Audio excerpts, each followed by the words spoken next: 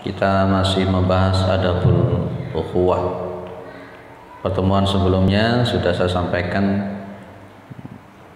macam-macam al-ukhuwah.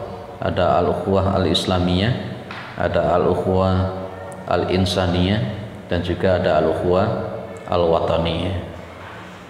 Kita kemarin membahas di poin pertama, yakni husnul khuluqi, dan sudah kita detail. Kita bahas tentang Islam. Islam itu ada akidah, Islam itu ada ibadah, Islam itu ada akhlak, dan Islam itu ada muamalatun yahwiyah. Sudah kita bahas secara detail, dan bagaimana kedudukan akhlak di dalam Islam, termasuk dalil-dalil dari Rasulullah SAW, sunnah dari Rasulullah SAW tentang orang yang tidak punya akhlak itu kayak apa. Meskipun mereka punya akidah yang kuat, mereka punya ibadah yang kuat, tapi kalau mereka tidak punya akhlak itu efeknya nanti kayak apa. Baik, yang nomor 2, kalau kita berukhuwah, kita tekankan yang ukhuwah al-islamiyah ya. Kita tekankan yang ukhuwah al-islamiyah terutama. Itu satru ayubil ikhwan. Satrun itu menutup, ayub itu adalah aib.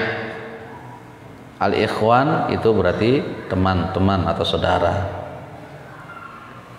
Etika yang kedua, al-ukhuwah itu ya kita berupaya sama maksimal mungkin untuk menutup aib saudara kita, bukan malah justru mengobrol daripada aib saudara kita. Di dalam hadis riwayat Imam Al-Bukhari dan Muslim dari sahabat Abdullah bin Umar radhiyallahu anhuma, anna Rasulullah sallallahu alaihi wasallam qala, sesungguhnya Rasulullah SAW bersabda, al muslimu akhul muslim. Jadi orang muslim itu adalah saudaranya orang muslim yang lain. Saya dulu pernah mengatakan, kalau kata-kata Islam itu disebut tanpa menyebut nama mukmin atau iman, itu berarti Islam itu mewakili iman, Muslim mewakili mukmin. Kalau iman atau mukmin disebut sendirian tanpa menyebut Islam, maka mukmin itu mewakili juga Islam atau mewakili juga Muslim. Sama seperti konteksnya ketika Rasulullah mengatakan min husnil islamil mar'i tarkuhu mala ya'nihi. Itu yang disebut adalah Islam. Maka konteksnya, posisinya adalah yang disebut juga iman di dalam situ. Sehingga Syekh Mustafa Al-Bugha mengatakan bahwa di antara bagusnya iman seseorang, kesempurnaan iman seseorang, padahal di situ disebut dengan min husnil Islam, tapi kemudian Syekh Mustafa Al-Bugha menerangkan dengan makna iman. Tapi kalau umpamanya iman dan Islam itu disebut dalam satu teks bersama-sama, maka maknanya sudah berbeda. Yang satu mewakili yang zahir, yang satu mewakili yang batin. Al-muslimu akhul muslim, orang Islam itu, orang beriman itu ya saudaranya orang Islam. Dalilnya jelaskan surat Al-Hujurat, innamal mu'minuna ikhwatun. Kadang-kadang kita itu hafal ayatnya tapi sekedar teoritis, tapi di dalam lapangan itu seringkali kita itu sesama orang Islam koyok mungsuh, hanya gara-gara perbedaan pendapat, hanya gara-gara beda kelompok, hanya gara-gara beda ormas. Tapi hafal ayatnya ikhwatun, jelas itu kan. Di situ ada kalimat juga fa aslihu baina akhawaikum, ada islahnya. Kemudian sesama muslim itu tidak boleh la yatlimuhu, sesama muslim itu tidak boleh saling mendolimi sesama muslim yang lain. Termasuk kedoliman yang paling banyak dilakukan oleh manusia itu ya mulut. Ini yang paling banyak ya. Ada filosofi Jawa ajining diri saka lati. Lho itu bener itu. Ajining raga saka, lho itu memang betul. Bener ya? Kehormatan seseorang, harga diri seseorang itu ya dilihat dari omongannya itu, ucapannya itu. Loh, apakah ini tidak bertentangan dengan dalil? Malah justru kata-kata ajining diri sokolati itu terdukung oleh hadis Rasulullah. Apa? Man kana yu'minu billahi wal yaumil akhiri falyaqul khairan aw liyasmut, itu loh. Barang siapa yang mengaku dirinya beriman kepada Allah dan hari akhir, hendaklah dia itu berkata-kata yang baik atau diam. Dulu juga pernah saya sampaikan, ada riwayat dari Rasulullah SAW, pas ketika Rasulullah dan para sahabat itu sedang duduk-duduk, para sahabat menceritakan tentang seorang wanita yang sholatnya setiap malam tahajud. Inna fulanata tusalli billail wa tasumu binahar. Ada seorang wanita yang dia tiap malam tahajud, kalau siang hari dia puasa sunnah. Tapi di situ ada riwayat yang saya hafal di situ. Di antaranya adalah wa kana fi lisaniha syai'un tu'dhi jirana. Di mulutnya ada kata-kata, ada kalimat yang suka mendolimi, menyakiti tetangganya.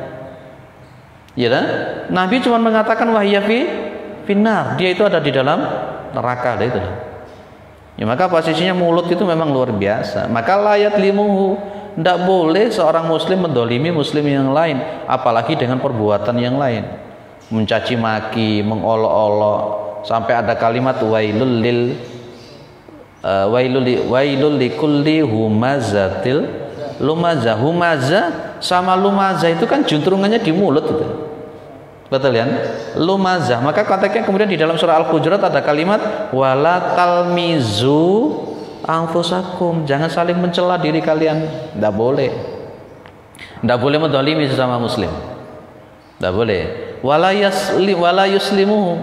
Yuslimuhu itu membiarkan begitu saja. Juwarno itu. Enggak, kemudian tidak ada amar ma'ruf nahi munkar. Ada bahasan namanya tahjir. Ada tahdir, ada tahjir. Apa bedanya, Pak? Kalau untuk tahdir itu ini ya tahdir. Kalau untuk tahjir itu sama seperti konteksnya yang dikatakan Nabi, la yahillu li muslimin ayah jura akahu fauqa salatati ayam. Tidak halal bagi seorang muslim dia itu mendiamkan, nggak nyopo basean, tidak menyapa, mentahjir saudaranya itu di atas 3 hari. Betul ya Pak? Begitu hadisnya kan? Mosok dalam satu masjid sampai gak sopo-sopoan itu ya terlalu ya. Dikewataki ya. Janganlah, jangan sampai, ini rumahnya Allah, rumah yang suci. Ada tetangga gak saling sapa. Di situ Rasulullah malah memberikan motivasi. Justru orang yang menyapa itu lebih dulu. Orang yang menyapa lebih dulu itulah yang lebih afdal. Itulah yang lebih mulia di hadapan Allah Subhanahu wa taala. Tidak boleh saling mentahjir. Pak, dulu Nabi pernah mentahjir. Pernah Nabi mentahjir, tapi ada sesuatu sebab. Sebabnya sebab syar'i yang begitu luar biasa. Itu hanya sekedar untuk shock terapi dari Nabi. Tapi setelah itu ya enggak. Kalau kita itu bolak-balik tahjir terus, bolak-balik tahdir terus, ada sedikit berbeda dengan kita tahdir. Kadang-kala kita mentahdir orang itu tanpa dasar ilmu, tapi cuman karena ikutan. Ayolah kita itu jangan suka menjustifikasi orang. Jangan suka mentahdir orang, jangan suka mentahjir orang. Loh, apakah tidak boleh atau mentahdir? Boleh dengan kapasitas tertentu.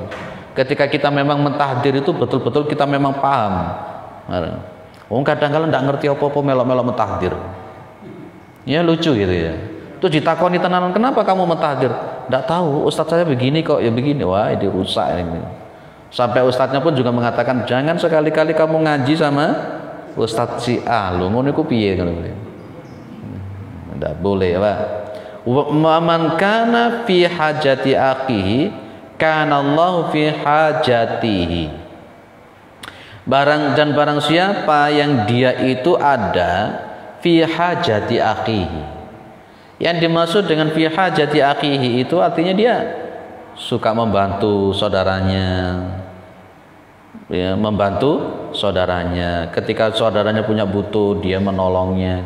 Maka ya kanallahu fi hajati, maka pasti Allah itu akan memberikan, memenuhi hajat-hajatnya dia.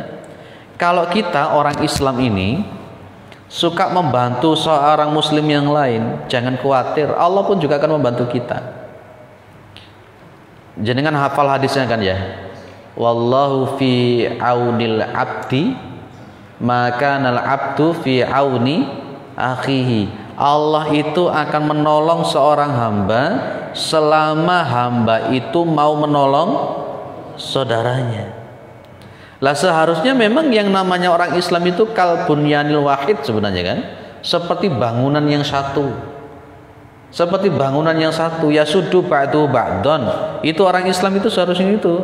Justru menguatkan yasudu ba'du ba'don. Bukan malah justru orang Islam itu malah memecah belah saja senangannya. Itu jangan.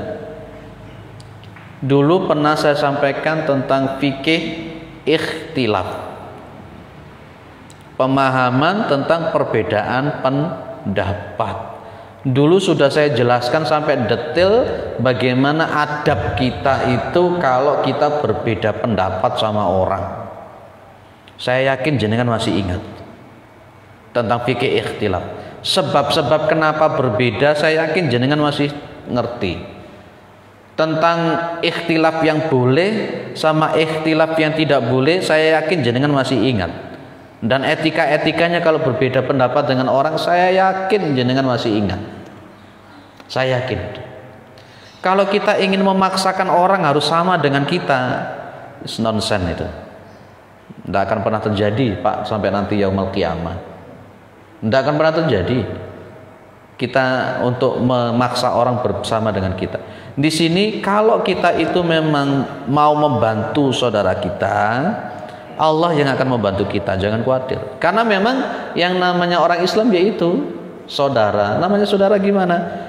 La yu'minu ahadukum hatta yuhibba li akhihi ma yuhibba li nafsihi. Belum sempurna iman kalian itu, belum sempurna iman salah satu di antara kalian itu sampai dia mencintai saudaranya seperti dia itu mencintai dirinya sendiri. Ya mencintai dirinya sendiri itu gimana? Kan kita paham, kita terapkan pada sama-sama orang Islam. Al-Quran menjelaskan itu, asyidda'u 'alal kufar waruhama'u bainahum, itu loh Pak. Yang namanya orang Islam itu keras sama orang kafir, tapi dia saling kasih mengasihi, sayang menyayangi kepada sesama muslim. Saya seringkali bertanya, yang dimaksud dengan ruhama ubainahum itu di situ sifatnya bersifat umum ataukah bersifat khusus? Umum atau khusus, Pak? Umum kan? Pokoknya di situ kan cuman ruhama ubainahum. Bainahum di situ yang dimaksud Islam yang gimana? Ada penjelasan tidak? Tidak ada kan penjelasan. Oleh ngono aku kudu kuwenceng sama orang yang berbeda pendapat dengan saya. Apa begitu? Oh kalau begitu saya kudu kewenceng dengan orang yang tidak satu kelompok dengan saya. Apa begitu? Tidak ada. Kalau memang ada yang berbeda pendapat dengan kita, lebih baik duduk bersama, ngomong yang enak, kenapa. Kadangkala kita belum bertemu dengan orang itu, kita sudah berkoar-koar, itu Ustadz Subhat itu. Jangan ngaji sama Ustadz Subhat gitu. Ini etika atau akhlak ini? Ini akhlak atau etika? Tidak ada sama sekali. Ketemu langsung, kenapa Ustadz jenengan memberikan fatwa semacam ini, bla bla bla. Kan enak. Daripada kemudian berkoar-koar di medsos, ternyata viral, marengono ditantang untuk duduk bersama debat tak berani. Ya tambah lucu tambah begitu. Jangan begitu. Saya melihat di medsos itu ada pihak-pihak ketiga yang tambah justru mengadu domba. Seolah-olah iki memang debat dengan ini. Kadang-kala videonya ini dipotong, ini video dipotong, dijadikan satu seolah-olah begitu. Wah, luar biasa. Jangan begitulah. Kita yang ada di sini jangan begitu. Waman farraja an muslimin kurbatan farrajallahu anhu kurbatan min kurabi yaumil qiyamah. Barang siapa yang dia itu farraja itu kalau ada kesulitan, kalau ada seseorang yang punya kesulitan, maka dia itu melonggarkan, memudahkan kesulitan itu loh maksudnya. Kalau ada orang yang dia mampu untuk mengurai daripada kesulitan orang Islam yang lain, maka Allah akan mengurai kesulitan dia itu nanti di hari kiamat. Coba jangan dilihat di garis ketiga itu, kurbatan, di garis yang nomor 4 kurubat. Kurubat itu jamak daripada kurbatan. Orang itu mengurai satu kesulitan di dunia, maka oleh Allah kesulitan yang banyak akan diurai oleh Allah di yaumul qiyamah. Baris ketiga pakai kurbatan 1. Baris yang keempat min kurabi. Jadi tidak hanya sekedar satu saja nanti. Betul, kurbatan memang akan diuraikan satu kesulitan dari kesulitan-kesulitan yang ada. Semakin banyak kita itu mengurai kesulitan orang lain, semakin terurai kesulitan-kesulitan kita, baik di dunia maupun di akhirat. Saya yakin itu. Ini riwayat Bukhari dan Muslim. Semakin kita membantu orang Islam yang lain, kita akan semakin dibantu oleh Allah. Semakin kita mengurai kesulitan orang, kita akan semakin diurai kesulitan kita baik di dunia maupun di akhirat. Lah fungsinya ukhuwah al-insaniyah itu ya itu fungsinya. Pak, saya ingin membetulkan kesalahannya dia, Pak. Alasannya, saya katakan, membetulkan kesalahan orang itu ada aturannya. Membetulkan kesalahan daripada orang itu ada etikanya. Imam Asy-Syafi'i malah mengatakan lebih baik kamu berbicara berdua dengan dia, sampaikan dengan baik ini, daripada kemudian langsung diobral di media sosial, yang itu belum tentu juntrungannya semacam itu. Akhirnya koyok-koyok kalau di media sosial saya lihat itu Ustadz A, Ustadz B itu koyoknya musuhan, koyoknya bertengkar. Ini kan tidak bagus ya. Ada kisah yang sangat menarik luar biasa itu ya. Ada Nasiruddin Albani, ada Syekh Al-Utsaimin, ada Abdullah bin Bas. Kan mereka bertiga itu kan kita pahami ada perbedaan-perbedaan juga. Pas oleh Allah ditakdirkan ibadah haji ketemu bareng. Masya Allah. Mereka tidak saling berebutan untuk jadi imam. Mereka tidak berebutan. Abdullah bin Bas menyuruh Al-Utsaimin, kamu yang ahli fikih, ahli usul fikih, kamu ini. Abdullah bin Bas tidak, saya tidak begini. Menyuruh Abdullah bin Bas. Abdullah bin Bas menyuruh kepada Nasiruddin Albani, kamu yang ahli hadis begini. Malah justru surung-surungan. Kalau kita ini malah justru pengen maju di sian, malah pengen koyok paling ngono dewi. Padahal kita paham Syekh Al-Utsaimin itu kayak apa, kita paham Abdullah bin Bas itu kayak apa, kita paham kemudian Shalih Fauzan itu kayak apa dan seterusnya. Tapi luar biasa, ya, clear ya. Maka di sini waman satara musliman, barang siapa yang menutupi aib muslim yang lain, maka satarahullahu yaumul qiyamah, maka Allah pun akan menutupi aibnya dia nanti di yaumul qiyamah. Aibnya orang Islam jangan malah disebar, ayo kita tutupi dulu. Beda dengan posisi ada mafsadah maslahah. Kalau model Abu Janda ya perlu dianu. Kalau model Abu Janda ya, tahu Abu Janda ya, iya lah kadang ngono ya kok perlu dianu, karena ada mafsadah yang lebih berat itu kalau dibiarkan itu. Ya, clear ya. Jadi satru uyubil ikhwan. Yang nomor 3, ikhtiyarul asdiqai as-salihin. Etikanya itu adalah memilih kawan-kawan yang baik-baik. Ini kadangkala disalahartikan. Apalagi kalau orang itu sudah ngerumongso, aku wis wabi Pak, aku wis soleh Pak, dan kemudian melihat orang yang dianggap dia tidak soleh, dia tidak mau bergaul. Aku wis nyunah Pak, aku wis nyunah Pak, sudah mengikuti sunnahnya Nabi, dan kemudian akhirnya tidak mau bergaul orang yang dianggap tidak nyunah. Ini berbahaya. Sunnah itu apa toh Pak?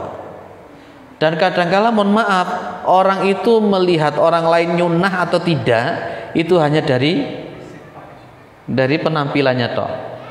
Dijelok wong iki jenggoten apa enggak? Oh enggak, gak nyunah iki. Wis aku ora bedheke wis. Apakah begitu? Apakah begitu, Pak? Enggak kan?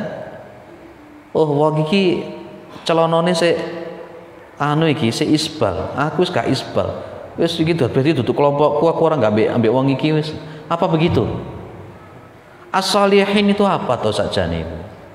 Dan kemudian sunnah itu yang kayak apa yang dimaksud? Kalau kita bicara masalah jenggot, kalau kita bicara tentang celana, itu kan masalah fikih. Dan itu luas sekali perbicaraan, perdebatan di kalangan para ulama. Saya contohkan masalah jenggot saja. Kalau saya memahami jenggot itu sunnah, ya betul kan ya? Ada yang memahami malah lebih daripada itu. Suatu saat ada orang diajak ngaji, yang kemarin saya sampaikan kemarin. Seminggu yang lalu saya sampai nyebut nama, saya lupa sampai menyebut nama. Orang diajak ngaji kan, masih ingat kan cerita saya seminggu yang lalu. Pas ketika diajak ngaji dia tanya, itu ustadznya pakai jenggot atau tidak? Dia bilang ustadznya tidak pakai jenggot, begini. Dia ngomong, saya tidak akan mau ngaji kepada orang yang tidak berjenggot. Islamnya itu belum kafah. Loh ngono kuwi lho. Padahal jenggot itu kalau kita pahami dalam kitab-kitab syarah hadis itu, masya Allah luar biasa. Baca kitab yang banyak dan kemudian jangan memaksakan pendapat kepada orang lain. Kalau sama-sama dalam konteks koridor ijtihad, istinbatul ahkam, istidlal yang disepakati oleh para ulama. Masalah isbal juga begitu. Panjang lebar para ulama membahas. Ada syarah tentang masalah khusus masalah itu. Masya Allah luar biasa. Itu termasuk pokok atau masuk furu'? Itu masalah pokok atau masuk furu', Pak? Masalah pokok atau masalah cabang? Apakah hanya gara-gara cabang kemudian kita langsung mentahjir sekaligus mentahdir orang sehingga kita kemudian tidak mau bergaul sama orang itu? Ini juga berbahaya model begitu itu. Berbahaya. Pak, ini Pak Junari ini menyebarkan subhat. Bukan, ini bukan subhat. Bukan subhat, Pak. Bukan. Ayolah dipahami secara detail, komprehensif. Karena memang kalau kita bicara tentang masalah fikih, ya, masalah ikhtilaf, kaidah-kaidah fikih yang usul fikih itu begitu luar biasa. Satu saja kitab mohon bisa dikhatamkan di rumah, namanya Bidayatul Mujtahid. Di situ kitab yang ditulis oleh Ibnu Rushd tentang perbedaan dari kalangan para ulama madhab. Imam An-Nawawi menyebut mencukur jenggot itu makruh, bukan haram. Madhab Syafi'i mencukur ini adalah makruh, bagian dari sunnah. Imam An-Nawawi dalam madhab Syafi'i mengatakan isbal itu hukumnya makruh. Coba kita mau membantah orang yang mampu mensyarah Sahih Muslim dan sebagainya. Jadi panjang lebar tentang masalah ikhtilaf. Maka justru itulah kita posisinya. Yang dimaksud ikhtiyarul asdiqa'il salihin itu jangan pada konteks hal-hal semacam furuk seperti itu saja. Ya. Di sini Rasulullah mengatakan ar-rajulu ala dini khalilihi, seseorang itu ala dini khalilihi, atas posisi agama temannya. Maka falyantur ahadukum man khalil, maka hendaklah salah satu di antara kalian itu melihat siapa yang dia jadikan teman. Pak, orang itu mabuk. Saya berupaya untuk tidak berteman. Tapi bukan berarti kita menjauhkan diri dari amar ma'ruf nahi mungkar dari orang yang mabuk itu. Pada zaman Nabi ada enggak sahabat yang pemabuk? Ada. sama Nabi itu dijauhi apa didakwahi? Didakwahi toh Pak ya? Oh itu mabukan ini. Bedakan antara ikhtiyarul asdiqa dengan amar ma'ruf nahi munkar. Di salah satu ormas di Indonesia itu ada istilah dakwah khusus. Dakwah khusus itu memang dibentuk sebuah tim bagaimana berdakwah kepada orang mabuk, berdakwah kepada PSK, berdakwah kepada macam-macam.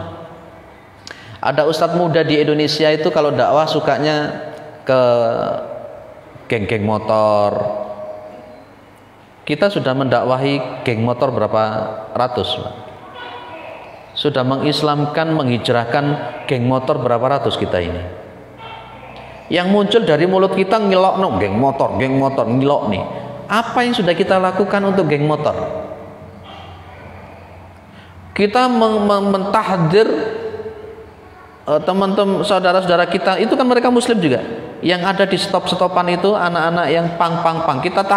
Kita tahdir. Pertanyaannya, apa yang sudah kita lakukan untuk mereka supaya mereka bisa hijrah? Masalahnya kan di situ toh Pak kita ini. Kita seringkali suka mengolok, mentahdir, tapi apa yang harus sudah kita lakukan untuk mereka supaya mereka bisa hijrah? Ada mu'alaf Indonesia yang begitu luar biasa. Begitu mu'alaf dia belajar Islam S1, S2, S3. Setelah dia mu'alaf, dia kemudian tidak mentahdir orang-orang yang dia murtadkan dulu. Tapi yang dia lakukan adalah bagaimana orang-orang, ribuan orang yang mereka murtadkan itu dia mencoba untuk mengembalikan ke Islam lagi. Mohon maaf, kita ini kadang-kala seolah-olah merasa jijik dengan orang yang menurut kita tidak baik. Delok wong mabuk itu koyok jijik, jangan begitu. Mereka juga orang Islam, mungkin mereka melakukan seperti itu ada sesuatu. Betul dah? Sudah berapa orang sih yang kita hijrahkan, Pak?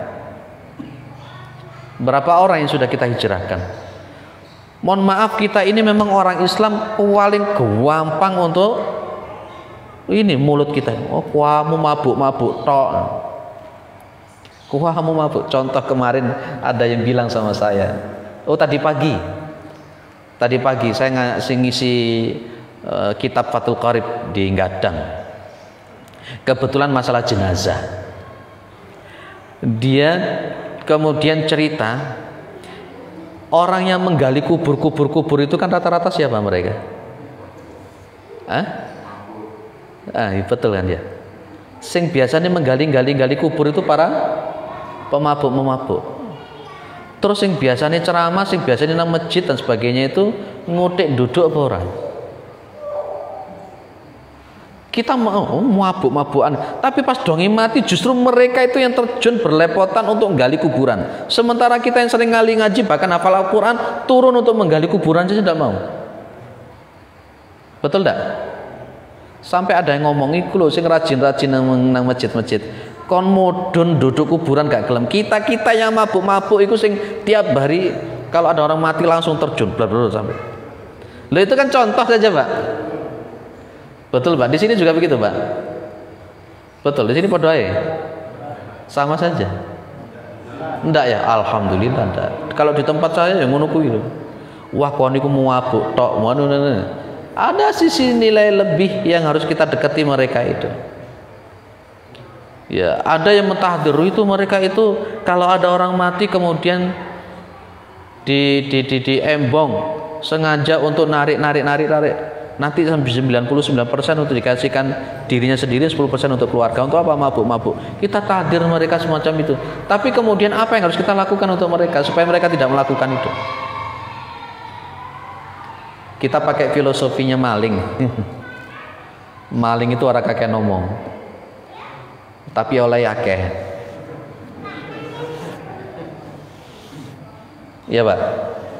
Jadi orang Islam itu gak usah kakek ngomong, tapi kita berbuat bagaimana? Oh ada orang mabuk, oh orang ini PSK, oh orang ini nggak sholat ke jamaah. Sebenarnya apa yang harus kita lakukan kepada mereka? Pernah kita melihat teman-teman kita di jamaah tablik, apa yang mereka lakukan? Dakwahnya kayak apa?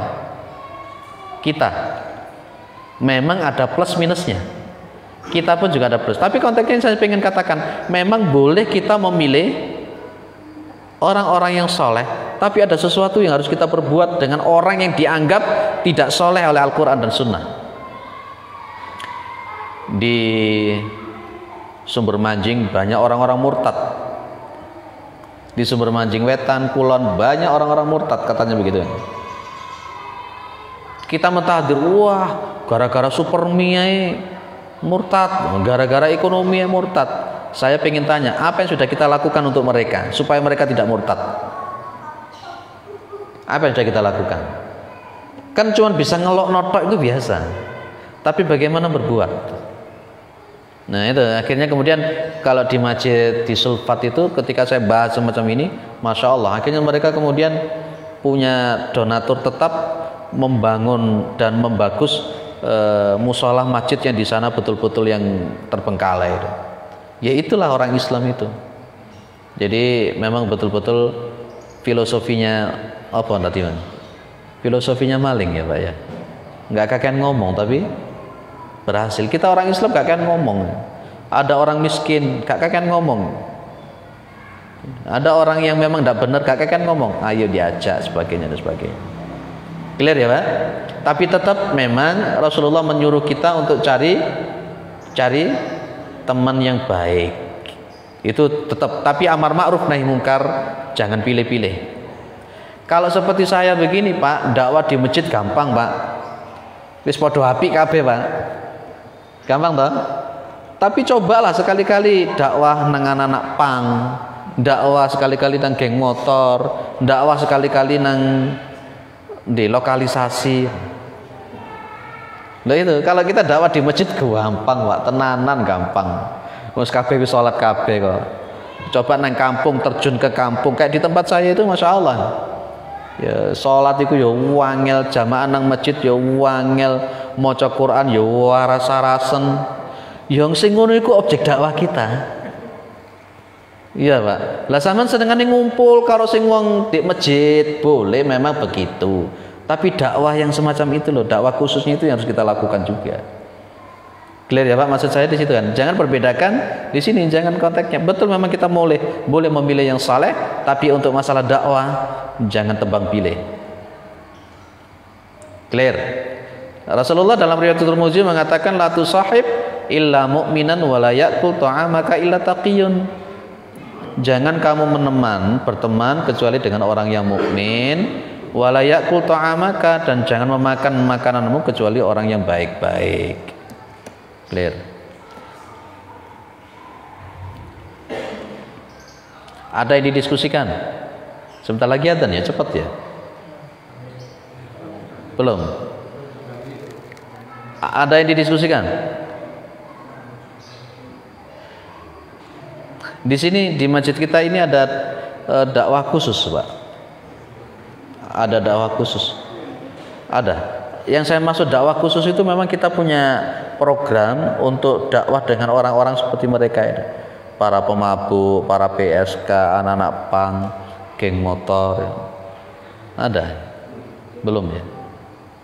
Ada, kalau seperti yang dikatakan di Masjid Rahmat Sulfat tadi itu memang ada dana donatur yang khusus nanti akan dikirimkan ke daerah pelosok yang memang di sana itu basisnya kristenisasi. Karena memang uangnya sudah lebih-lebih di situ. Saya itu kadang-kala mendengar salah satu masjid gitu saldo 109 juta rupiah. Saya godek-godek kepala. Saldo netok 100 juta lebih. Itu untuk apa ya? Itu mungkin bagus untuk dakwah khusus yang memang betul-betul itu. Lanjut, al-ibtiadu an musahibatil asyarari, menjauh dari berteman dengan orang-orang yang jelek, mengambil kekasih-kekasih sahabat-sahabat yang jelek-jelek. Itu idealnya begitu. Tapi bukan berarti, sekali lagi saya ulang, ketika ada orang yang menurut syariat jelek, kemudian kita malah bukan berbuat apa-apa, tapi malah justru mentahdir dan seterusnya. Bukan begitu caranya. La tajidu qauman. Oh, sudah ada ya. Yu'minuna billahi wal yaumil akhiri yuwadduna man haddallaha wa rasulah. Ayat ini pun juga kita pahami. Jangan mengambil pemimpin yang kafir. Jangan mengambil pemimpin yang kafir. Jangan memilih suami yang kafir. Jangan memilih istri yang kafir. Jangan memilih teman yang suka menerjang syariatnya Allah Subhanahu wa ta'ala. Pak, kita tetap ingin teman kita baik, kita dakwai dia, monggo. Tapi kalau sampai bertali erat, sampai bersahabat erat, malah justru diambil jadi pimpinan, tidak bisa. Seperti Al-Maidah ayat 51 itu ya. Oh, itu dipelintar-pelintir. Oh, kita di sini mayoritas orang Islam kok. Ya, orang-orang liberal malah tidak. Wala tuti' man aghfalna qalbahu an dzikrina wa taba'a hawahu wa kana amruhu furuta. Ini jelas perintah dari Allah, jangan mengikuti, jangan mentaati orang-orang yang aghfalna qalbahu an dzikrina. Ya, orang-orang kafir, orang-orang senantiasa bermaksiat itu jangan dituruti, jangan dijadikan sahabat, jangan dijadikan teman. Baik, monggo adzan.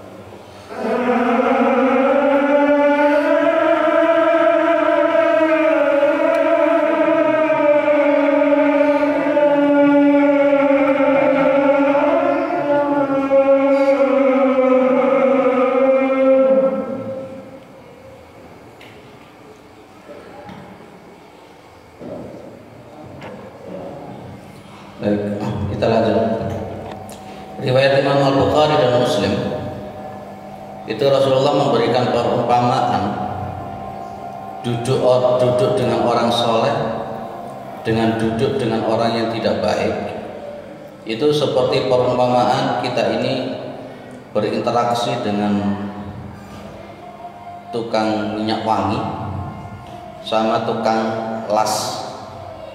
Itu perumpamaan saja dari Rasulullah. Kita ini kalau duduk sama dengan orang jual minyak wangi, orang yang punya minyak wangi, meskipun kita itu tidak punya minyak wanginya, setidak-tidaknya kita ikut wangi. Kemudian kalau kita sama dengan al-haddad, kalau di sini disebut dengan wakil al-haddad, kayak semacam tukang las itu untuk besi itu. Meskipun kita itu tidak bisa melas dan seterusnya, tapi kita juga terpecik apinya itu.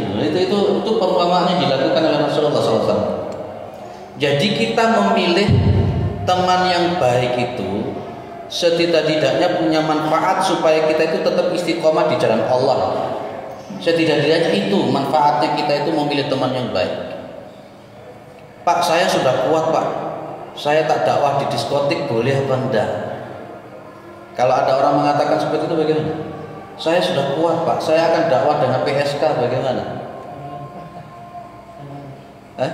Engkau baru gak kuat tambah kepincut dah karu-karuan. Tapi amar ma'ruf kepada Abu Munkar seperti itu. Ada orang yang kaya, ada jamaah saya cerita, Pak ini kisah nyata Pak. Ada orang mu'alaf kaya, terus kemudian dia itu pengen dakwah khusus semacam itu. Dia mendatangi 2 orang PSK. 2 orang PSK itu diwawancarai. Kamu dalam 1 hari dapatnya berapa? Dapatnya sekian. Yang kamu satu dapat berapa 1 hari? Dapatnya sekian. Orang mu'alaf ini pengen betul-betul memberikan taubat ya, supaya 2 orang PSK ini bertaubat. Kemudian 2 PSK ini diboking selama 2 bulan. 2 bulan karena dia punya villa, dia taruh 2 PSK itu di villa itu selama 2 bulan. Dia tidak diapa-apakan, wis kawan tinggal ning kono, mangan turu sing penak, tiap hari dikasih sesuai dengan hasil dia kalau operasi. Didekati sambil didakwai 2 bulan. Itu kan dakwah luar biasa. Habis berapa? Katakanlah kalau PSK itu kalau 1 hari dia mendapatkan 400 umpamanya, berarti 1 hari 800. Dia harus mengeluarkan 1 hari 800 kali 30. Berapa itu? Oh 2 bulan. Enggak, kalau 1 bulannya kan 30. Kalau umpamanya itu 800 kali 3 24 juta. 24 juta kali 2. Untuk mempertobatkan PSK dia mengeluarkan uang sekian. Luar biasa ya. Lah ikut jenenge orang ngomong tok, tapi memang betul-betul sungguh dengan apa yang dia lakukan. Lah itu loh yang memang betul-betul dibutuhkan oleh orang Islam saat ini.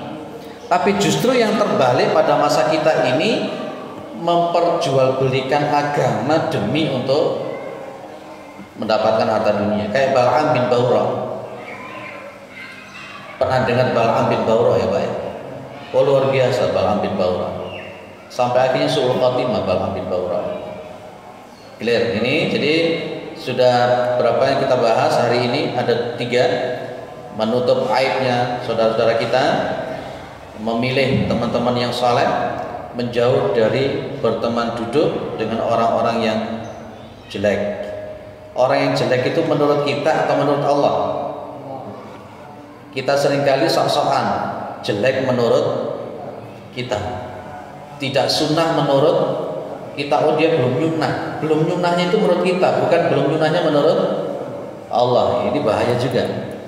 Maka fala tuzaku anfusakum wa huwa a'lamu bima dittaqwa. Jangan kamu merasa suci kata Allah, karena dia Allah yang lebih paham tentang siapa orang-orang yang bertakwa.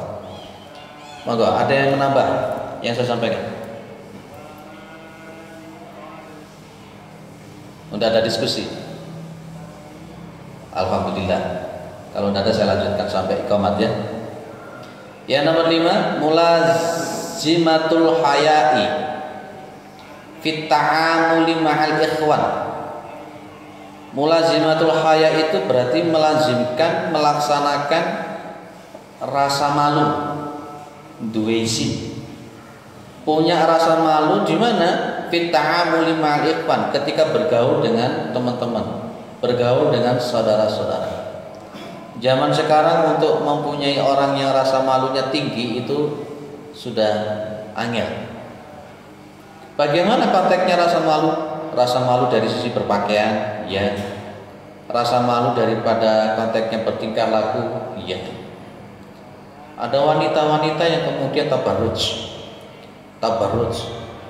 kemudian memakai baju yang semacam itu, bergaul di tengah masyarakat yang melihat banyak laki-laki. Ini kan namanya mulazimatul hayat, tidak ada. Rasulullah Muhammad SAW itu menyebut bahwa yang namanya malu itu adalah bagian daripada iman. Al-imanu bid'un wa sab'una au bid'un wa sittuna syu'bah. Yang namanya iman itu ada 70 lebih atau 60 lebih cabang. Nanti jenengan membaca di kitab namanya Syu'abil Iman, karangan Syekh Imam Al-Baihaqi. Punya Pak kitabnya jenengan di rumah. Saya punya mukhtasarnya, saya punya ringkasannya, mukhtasar Syu'abil Iman. Di situ Syekh Al-Baihaqi ini betul-betul menulis cabang-cabang yang disebut oleh Rasulullah sampai pada 70 lebih cabang. Fa afdaluha qaulu la ilaha illallah, cabang yang paling afdal daripada pada iman itu adalah kalimat la ilaha illallah.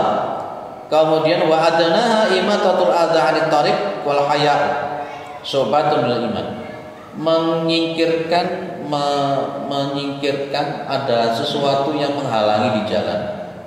Dulu sudah kita bahas di adab ketika kita jalan.